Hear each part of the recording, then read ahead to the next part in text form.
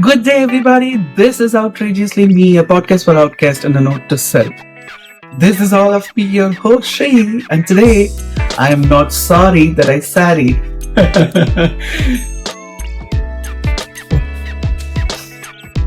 Welcome back, Outrageous. Last week I posted a video in my regional language Tamil, me and my friends talking about so many diverse issues, and we thought it's important that there should be a podcast or a conversation that happens in Tamil for people who don't understand English and who needs to hear about diverse issues. And it was fantastic. It was so good that we decided to do it on a regular basis. But don't you worry, you're not left out. I still episodes coming your way. So if you have subscribed, thank you so much for subscribing to me, and rest assured the content is coming. Today we're going to be talking something very, very interesting. Fashion and diversity and gender identity and all those things. So we know, in fact, when we look at all those clothes worn by ancient kings and queens, the ones we see on the paintings, they are very flamboyant. They are very ornamented, flamboyant. It looks like it's a drag show. Let's be honest, it's a drag show. People wanted to dress up and come out and literally come out and show to other people that how rich they are and what is their expression is and what's their branding is. And those days, colors were really, really scarce, like the way you make natural colors, the dyes that can go into the fabric were extremely costly. So the people of certain section of the society were not able to afford to those dyes, whereas the people who are wealthy were able to afford those dyes. So that's why you see a lot of kings and queens wearing shades of red and magenta and those bright colors, like very, very bright purple and hues of pink, because those were one of the costliest dyes to get hands onto. And this is interesting because these days men don't want to wear pink. Now that we have understood dyes can be synthetic as well, like we can produce dyes from artificial medium. So dyes became very, very popular and people can wear clothes of different colors now. But now men don't want to wear pink. Whereas when dyes were very sacred and dyes were like very costly, and those dyes, especially purple and magenta, were like costliest, men really wanted to wear those colors. Isn't that interesting? So another point I wanted to talk to you about, like last week when I was speaking to my friend and we spoke about acceptance and why my father was not able to accept me. And I always thought that he couldn't accept me because of the status he held in the society as a priest, that he has to be a role model for somebody else, and being gay would tarnish his pride and image and things like that. So I was borderlining the idea of his position in the society, but I quite couldn't put my finger on why couldn't he accept. And then my friend told me it's all the caste system. And that's absolutely right. Like there are different sections of the society that is considered higher to the other sections of the society, like the caste systems, exactly. So now we have the racial system where we have hierarchy of what's the race is, then we have hierarchy of the skin tone within a race, and then hierarchy of the language you speak. Like there are certain languages, if you speak those languages within your country, you're considered higher than lower. It does happen in India at least. But it's not just that. There's also hierarchy within the society when it comes to religion, when it comes to caste. And my dad belongs to a priest caste. So basically, that's considered to be the highest caste of the society. So whatever I do, not just reflects on himself as a dad, but also reflects himself as a member of the society of that caste. And it's just so interesting that a priest couldn't accept his son because he has a caste guideline to adapt to. So he has to be certain way to be part of the caste system. Otherwise, he would be thrown out of the caste system. Like, if you had to accept me as gay, first of all, he being a priest would create a lot of problem because people would question his decision making and, would question his authenticity or background or as a father, as a pride and everything. Then he may not be able to function as a priest, which would be devastating for him because being a priest is all he wanted. That's one thing. But his position in the society or as somebody who people would look up to would be gone. And that was an aha moment for me. Like, people would put their caste and their religion and their pride before their children. That is mind blowing to me. Really. Like, why would you want to be so affectionate to your caste that your future generation, that is your children, suffer the outcome of it? Like in India, it is very, very popular that if the son or the daughter gets married to somebody else from a different caste system, with seemingly lower caste system, more importantly, parents would even hire men to kill their own kids. I'm telling you, this happens in India. This happens. As much as it sounds really, really crazy to hear for you, this happens. Caste system is so very important in India that you're not allowed to get married to somebody from outside the caste. Now, apply the same logic to being LGBTQ, being on the queer spectrum. For my father, I mean, he is not that extreme to kill me, but he's definitely ashamed of me because I went ahead and broke that value of the caste system, which he holds so highly on his regard. And that's so interesting to me because, in Hindu mythology, gods take different forms and gods have taken female form as well. Like the Vishnu, the avatar he's taken varies from fish and, tortoise and all those things to even a female form called Mohini avatar, where he takes the form of a female god to go and seduce a demon. Interesting. Seduce a demon and kill the demon. So that avatar is called Mohini avatar, and while he did that, like while he took a she form, I don't know if it's a drag queen form or I don't know if it's truly a women form because something more to come. Hold on to the seats. So he takes a female form and then he does this thing to the demon where he seduces the demon and kills the demon. But while he did that, there's another male god called Shiva who falls in love with this female form and they make a baby together. And people worship the baby too. The baby's name is Ayappa. So it's also a god. So basically, a male god takes a female form to do something very important to save the society. While in this process, he also falls in love with another male god. And they father a child. Now, my daddy believes in these stories. And all of the Hindus believes in these stories because they go to temple. They go to temple of the sun. They go to the temple of the Vishnu as well as Shiva. So they don't go against the god and say that, oh, the god has taken female form. No, we can't do that. No, that's very possible. So all the scriptures have varied forms of gender expressions. We have king called Shikandi who became a queen, became a king, and there are so many different kinds of stories, and they're all there in the scriptures for everybody to read, and there's nothing wrong with them.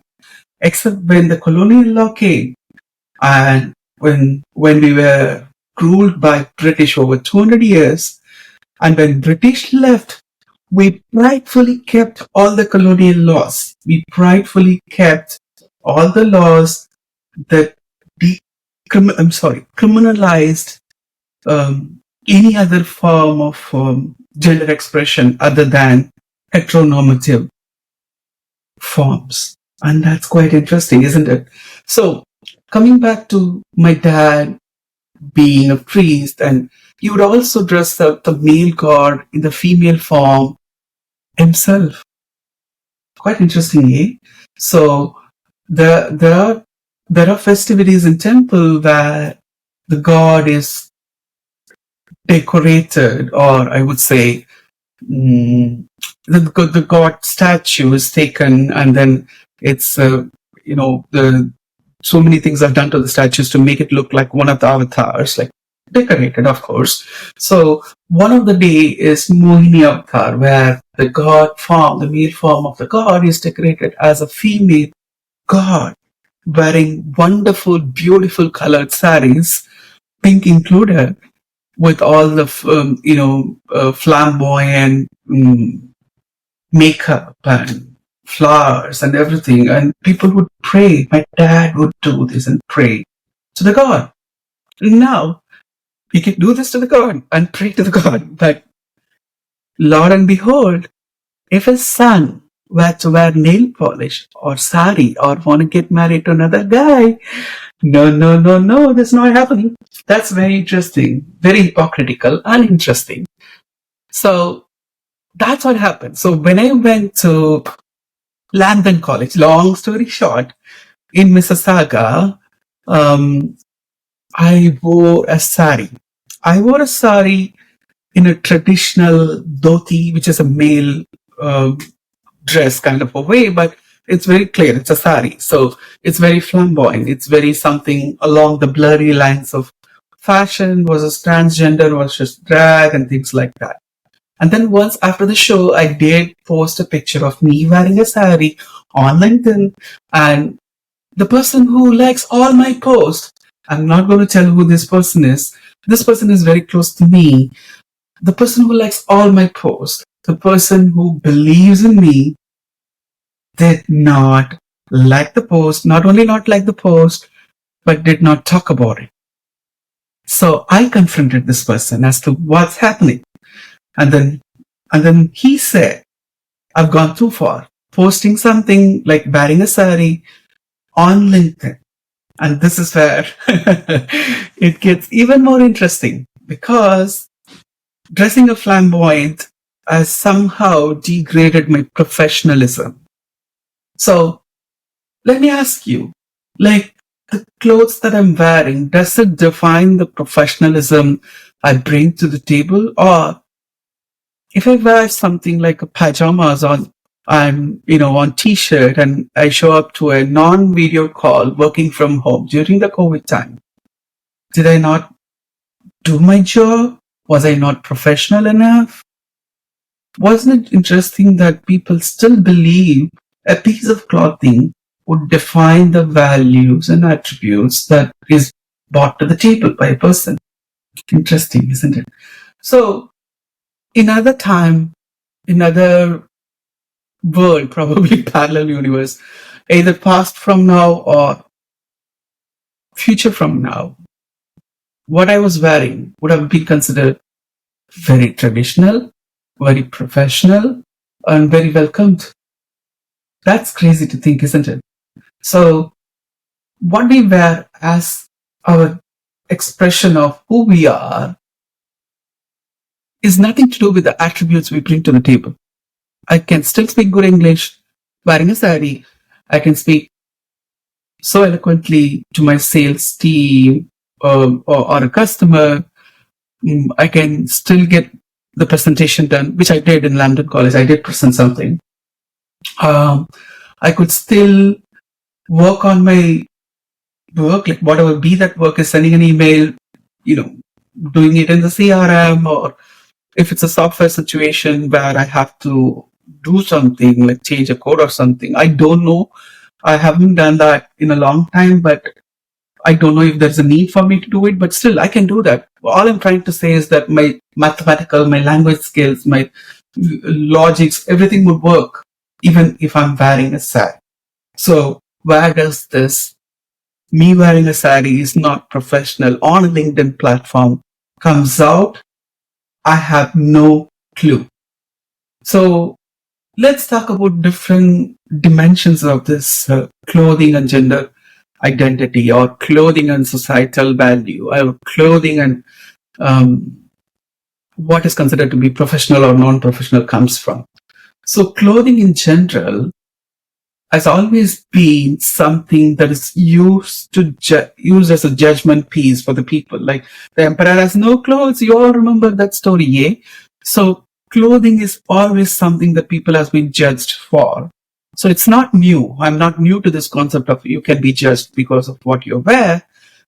But what's interesting right now is that the expression of who you are, all with all these multi-layered thought process of judgment has been so strong. Like this used to be in the past as well. Like people judged you for what you wore, but never to the point of they affecting you physically. I hope, and I don't remember that if that has happened. Um, and never to the point where you've been hated for it. Like in past, somebody who wears a women clothing has always been um, considered as something icky, but that's it, icky. But I don't remember there's a violence against, and they have to backtrack here. Okay, let's get into this multi-layered combination of a noodle soup of gender identity and societal standards, professionalism versus clothing. Okay, let's take a second here and debunk some of the myths around clothing and gender identity. So let's start with color. Like we all know now that the color of the clothing, like pink or blue, doesn't define who this person is, who or how this person feels inside. Whatever color this person wants to wear, let them wear that color. Because we all know that pink used to be a male color long, long time ago. Reds and shades of red and shades of pink was considered the highest ranking color for males in the society. And if you don't believe me, just Google it out. So having a specific colored clothing has changed over the period of time, and probably fashion industry have adopted at some point that women can be females can be in pink and males can be in blue. I'm telling you this very clearly because if you look at some of the statues of the past, like for example, Mother Mary statue in the past, she always wears something in blue or white. So blue and white is always considered to be a feminine color before. And red and pink was always considered to be male color before. And this crisscrossed at some point by somebody. And then we understood that, pinks are for girls and blues are for men, which is not the case. If you look at it, pink is bright and fiery and powerful, and blue is subtle and natural and very, very, very smooth. So look at that. Look at the controversial thing going on here. Like men are never supposed to be, in theory or in the past or in the way that men are being viewed, quote unquote, not as subtle as blue, but as bright as pink. Don't you agree with me? So interestingly, color has changed over the period of time. So the color of the clothing doesn't define how male or female or in between or how queer a person is. But if this person wants to wear pink, just like me, I love pink. Let us wear pink. Hello? What's wrong with that? So now that we have spoken about enough about color, let's speak about the flamboyancy of the clothing. Like the more the clothing is, like, the non-functional pieces of headdress or the one in the back or one in the bottom that flows like a gown. So if you look at it, like these pieces of clothing are always considered very feminine, or if male were to wear this, very queer and very drag-like situation. But if you look at history, and if you look at any country's history, the kings and queens always wore something very flamboyant, something that flowed like a gown, something that had a headpiece, something that had a piece on the shoulder that flowed like a cape.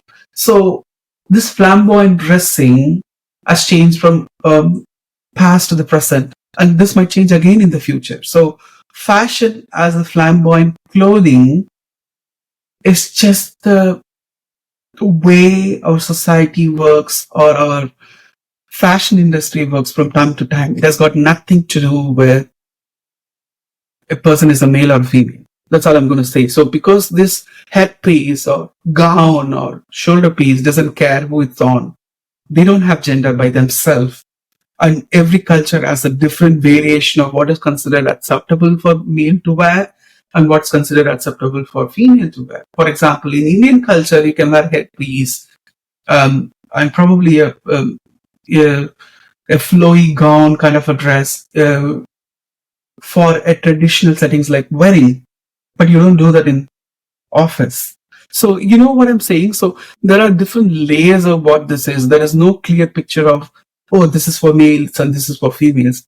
However, you know in your head that if you were to wear this, you'll be judged. So that's exactly what I'm trying to talk about here. So that boundary of what it is to be a professional or a non-professional is very interesting. So let's move on to the professional settings and non-professional settings because we are already talking about it. So for Indians especially, a professional setting is a dress that is worn by Western people. So we were ruled by British, and for us, going to office meant that you have to wear pants and shirts and suits, like exactly like how Westerners wear those clothes.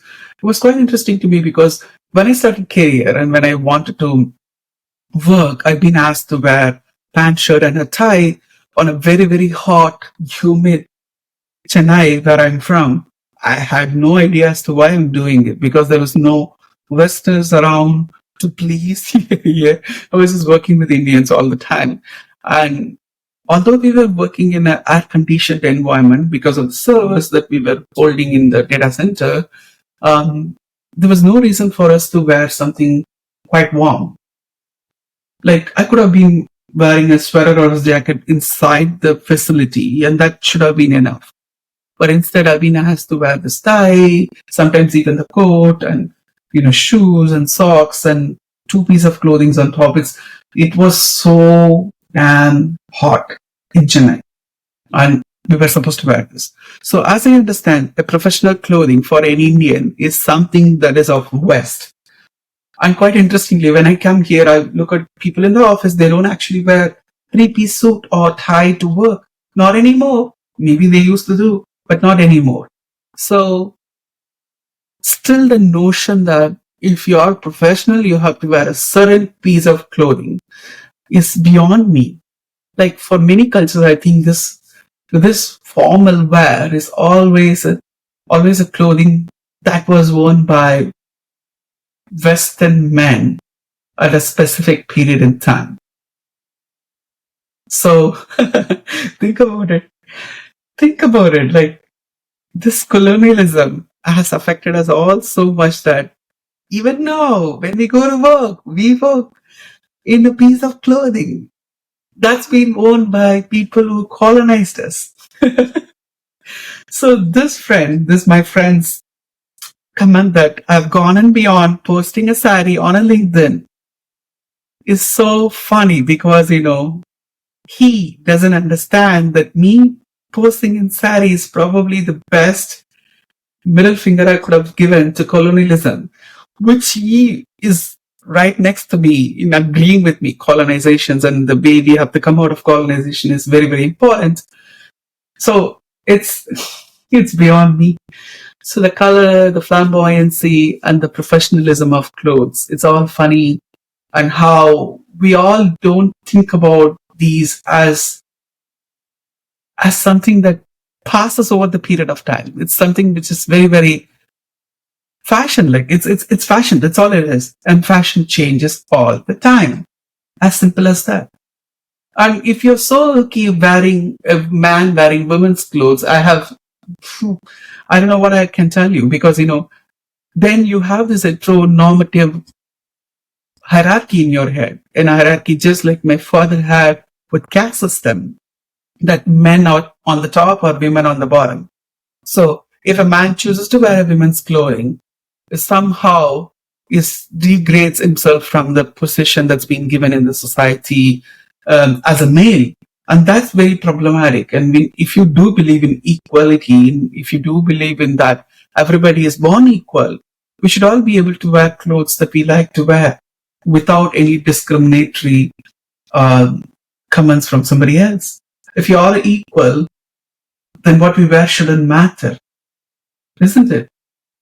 And I want to stop right there, and you can put it in the comments as to what part of this conversation that sparked your thoughts the most, and what part of the conversation you think we should have dwelled deeper into, and what are the things that you agreed with me, what are the things you did not agree with me. You can put it in the comments and let me know. And until next time, I really want you to understand the clothes that you wear doesn't care whose it's on. As long as you are happy wearing it, continue to wear them and drop that clothing that you're wearing.